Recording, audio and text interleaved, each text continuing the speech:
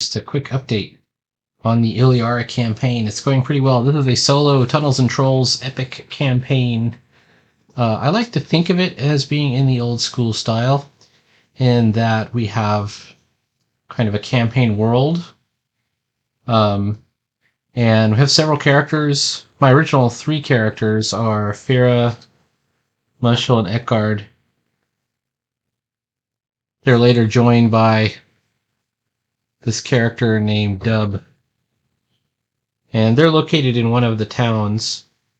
And then I made up these other 2 characters. They are in a they started out in a village not far from the original campaign area.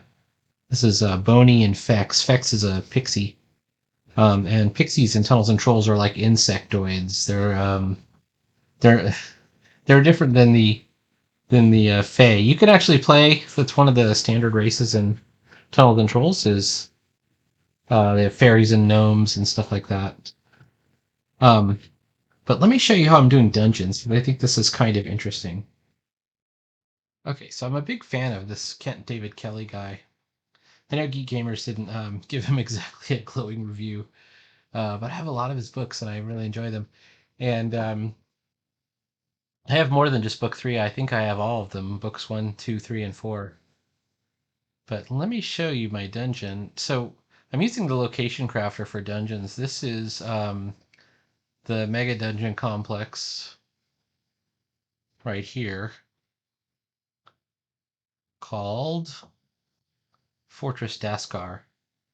And I want to make it kind of in the tradition of Greyhawk or Castle Greyhawk, or even the dungeons underneath Blackmoor. And it's got an upper works.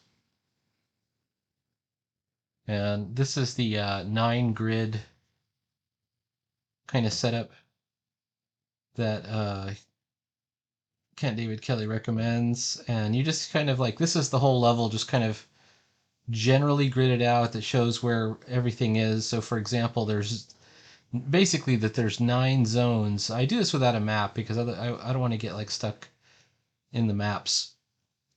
But there's these 3 ice geysers spread across the dungeon, and then there's a large cave area. There's a crumbling barracks and an old temple. This is actually on the upper works in the on the surface. And then you roll on this location table, you roll a random object, and you roll a random encounter using a d6. And then as you continue to explore, you add 1 every new exploration that you're doing. So you're kind of moving strategically across. And what the purpose of this upper works thing is at first is you're trying to find a way down into the dungeon. And to make matters worse, there's these dragon cultists who have taken the area over, and they attack anybody who they find investigating the area. Then once you go down into and by the way, there's 3 areas. There's 3 areas on this map. There's the ice geyser locations, the old temple location. This is like, once again, upper works. And then where's the other? Oh, this area, the Rebelstone parade grounds. So there's these flying decks. This is up in the mountains. So then once you find your way down to the first level, you have to go and explore. There's cellars and there's catacombs, and then there's a set of caves.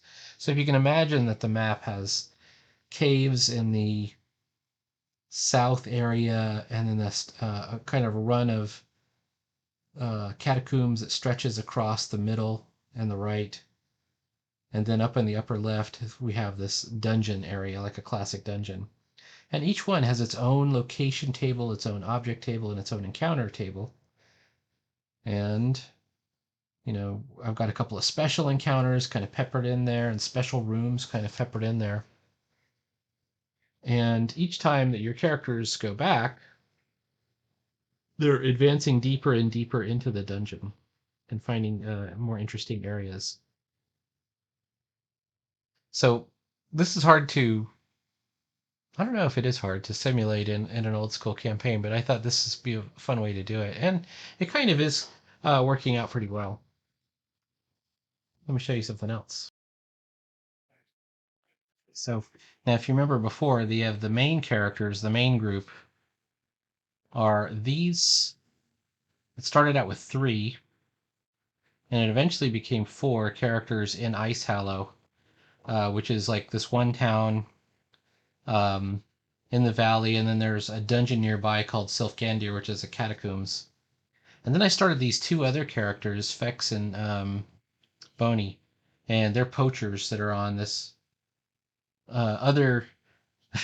They were poaching on this Lord Rochefoucauld's land, and they got caught at one point. Like Boney got captured, and it's a long story. But it ends with Fex rescuing him, and then they go off to this where this other dungeon is. So the other dungeon is let's see, I have it up here right now.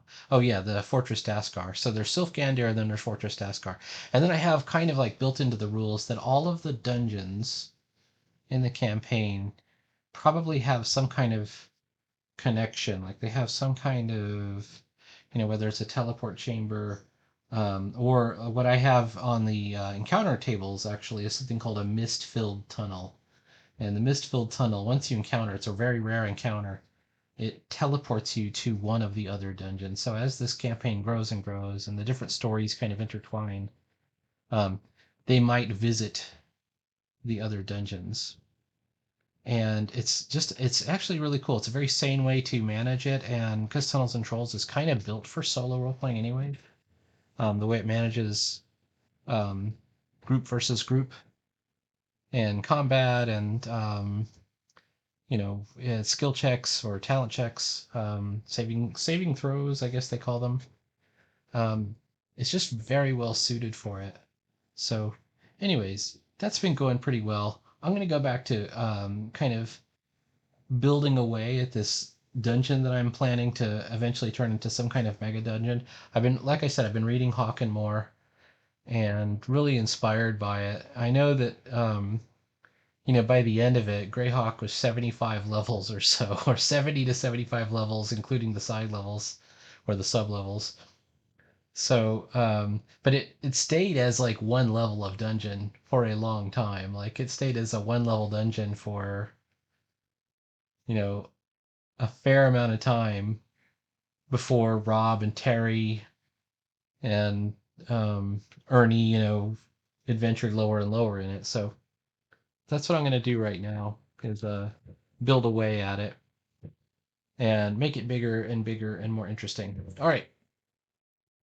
Talk to you later. Bye.